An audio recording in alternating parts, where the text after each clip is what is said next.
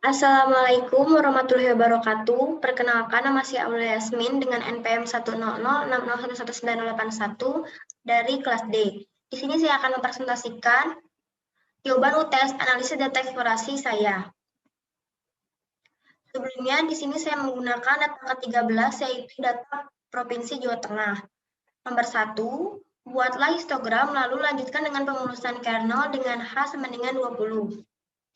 Yang pertama, histogram. Di sini saya menggunakan software SPSS. Berdasarkan plot histogram di samping, dapat kita lihat bahwa plot histogram menunjukkan kemiringan ke kanan atau kemiringan histogram positif. Dan juga dapat kita lihat dengan data 8.578 didapat rata-rata sebesar 1.218,33 dengan standar deviasi 904,8. Lalu berikutnya pemulusan kernel. Di sini saya menggunakan software RStudio. Dengan H sama dengan 20, maka garis yang dihasilkan tidak terlalu mulus. Lalu selanjutnya nomor 2, buatlah diagram dahan daun. Di sini saya menggunakan Minitab. Dapat kita lihat bahwa lebar dari leaf univnya yaitu ratusan, dan juga kita dapat bahwa modus dari data ini yaitu ada di frekuensi sebanyak 3237, di mana frekuensi itu merupakan pemusatan data. Lalu berikutnya nomor 3, apakah terdapat bimodus? Berdasarkan histogram nomor 1, dapat kita lihat bahwa hanya terdapat satu modus. Maka dapat kita simpulkan bahwa tidak adanya bimodus untuk data ini. Lalu berikutnya nomor 4, buatlah box plot. Di sini saya menggunakan software SPSS. Berdasarkan box plot di samping, dapat kita lihat bahwa pada data ke-8304 berada cukup jauh daripada data-data yang lainnya, yang mana merupakan artinya ini adalah data pencilan. Lalu berikutnya nomor 5, hitunglah squareness apakah simetris miring ke kiri atau miring ke kanan. Dengan hipotesis sebagai berikut dan taraf arti 5%, didapat statistik uji sebagai berikut.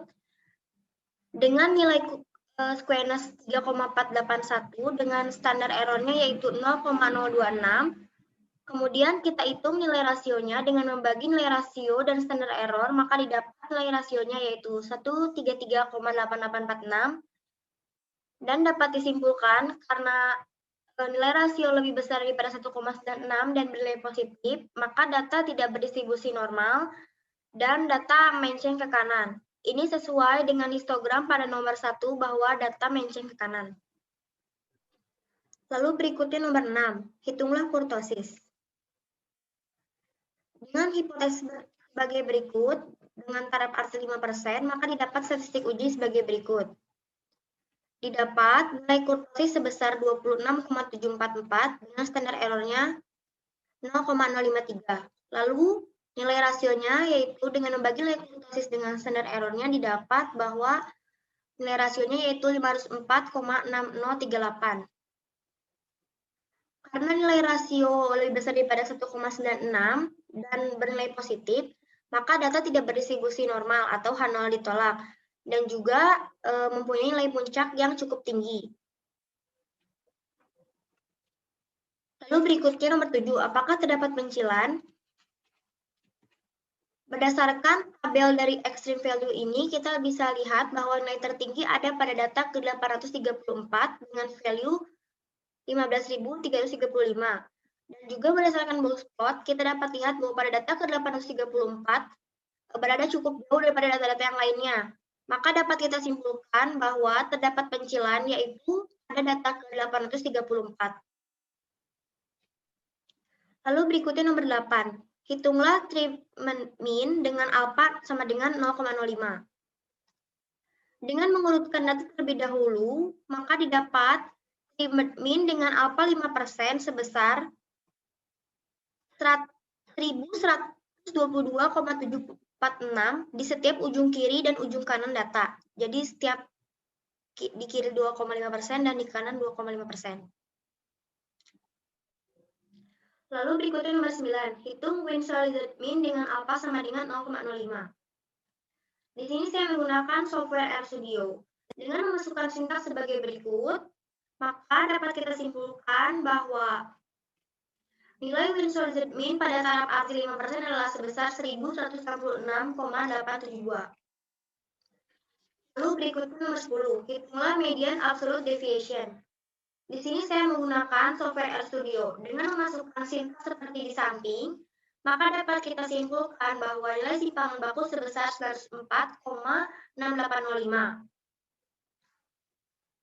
Dan juga nilai penduga simpangan baku dengan pendekatan ke KAR MAD didapat sebesar 595,2639. Lalu berikut nomor 11, hitunglah Gini means difference. Di sini juga saya menggunakan software RStudio. Dengan memasukkan sintaks sebagai berikut, maka dapat kita simpulkan bahwa nilai Gini sebesar 850,0445. Artinya nilai ini memiliki nilai antara amatan yang semakin berbeda atau amatan yang beragam. Lalu nomor 12, buatlah kiki plot normal dengan mu ditaksir oleh X bar dan mu ditaksir oleh S dari data tersebut. Yang pertama, kiki plot normal mu ditaksir oleh X bar. Berdasarkan output di samping, dapat kita lihat bahwa data menjulur ke kanan. Dan juga banyak data yang jauh dari garis kenormalan. Maka dapat disimpulkan bahwa data tidak berdistribusi normal. Lalu kiki plot normal mu ditaksir oleh S. Kiki plot normal ini menjelaskan tentang selisih antara titik dengan garis diagonal. Berdasarkan plot di samping dapat kita lihat masih banyak data yang jauh dari garis kenormalan, maka dapat disimpulkan bahwa data tidak berdistribusi normal. Lalu berikutnya, lakukan uji kenormalan dengan uji Kolmogorov-Smirnov. Berdasarkan hipotesis di samping, dengan menggunakan alfa 5%, maka statistik uji didapat sebagai berikut. Dengan nilai p-value sama dengan 0,000, dengan kriteria uji tolak H0 jika p-value kurang dari alfa. Karena 0 kurang dari 0,05, maka H0 ditolak. Maka dapat disimpulkan dengan menggunakan taraf arti 5%, H0 ditolak dan data tidak berdistribusi normal. Sekian yang dapat saya sampaikan. Mohon maaf bila ada kekurangan. Semoga bermanfaat bagi kita semua. Wassalamualaikum warahmatullahi wabarakatuh.